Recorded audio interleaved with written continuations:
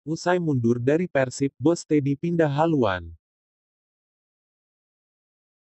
Masa depan Teddy Cahyono akhirnya terjawab setelah mundur dari posisi direksi PT PBB, terhitung mulai tanggal 31 Juli tahun 2024. Teddy yang terakhir menjabat sebagai Sporting Direktor PT Persib Bandung bermartabat memutuskan mundur dari Persib dan posisinya saat ini sementara digantikan Aditya Putra Herawan.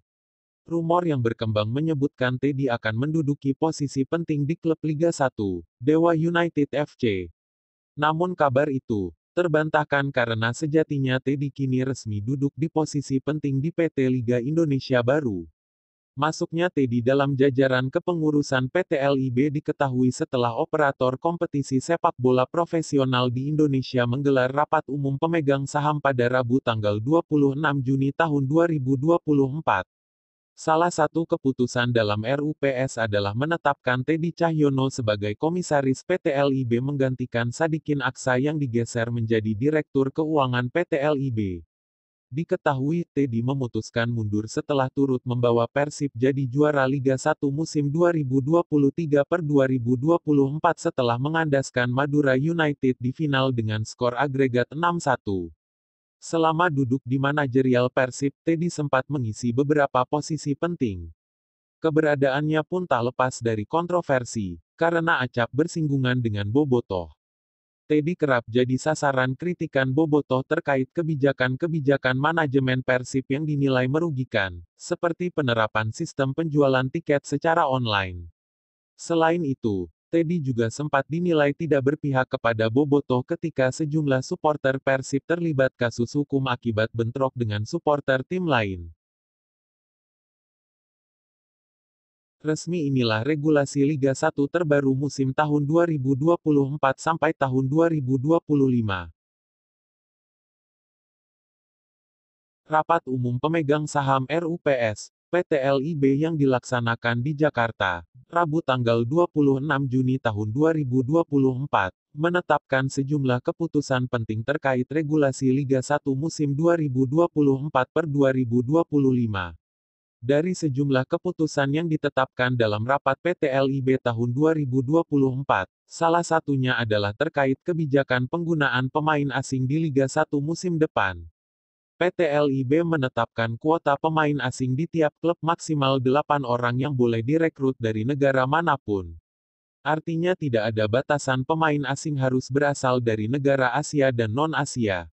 Dalam praktiknya di lapangan, klub hanya diizinkan memainkan 6 pemain asing di lapangan, sementara 2 pemain asing harus disimpan di bangku cadangan. Regulasi lainnya adalah terkait kewajiban setiap tim memainkan minimal 1 pemain U22 selama 45 menit di setiap pertandingan. Aturan ini ada kaitannya dengan kepentingan Timnas Indonesia U22 yang akan tampil di SEA Games 2025 yang dilaksanakan di Thailand. PT LIB pun menerapkan regulasi terkait finansial, di mana setiap klub dibatasi melakukan belanja maksimal Rp50 miliar setiap musim untuk mencegah pembelian pemain secara besar-besaran. Lalu, terkait uang hadiah bagi tim juara, PT LIB menaikkannya menjadi Rp7,5 miliar atau Rp2,5 miliar lebih besar dibandingkan hadiah bagi tim juara Liga 1 musim sebelumnya yang diraih Persib Bandung. Persib sudah kantongi 8 pemain asing.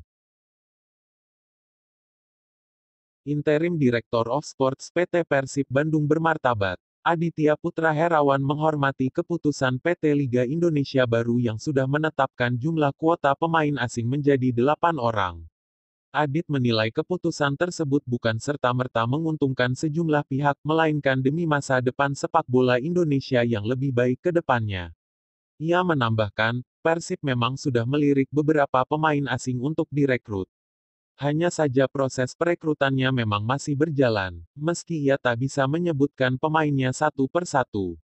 Kami bergerak berdasarkan kebutuhan tim, jika memang ada kebutuhan untuk mengakomodir 8 asing tersebut, ya mungkin kita akan coba, kata Adit. Termasuk beberapa kebutuhan yang sekiranya tidak diperlukan, ia menambahkan, jajaran manajemen tim juga perlu menyesuaikan. Namun pada dasarnya, semua keperluan Persib akan terus dimaksimalkan, sesuai dengan kebutuhan tim.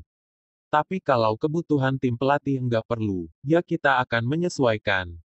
Pokoknya Persib semuanya akan bergerak berdasarkan kebutuhan tim pelatih, tutup Adit.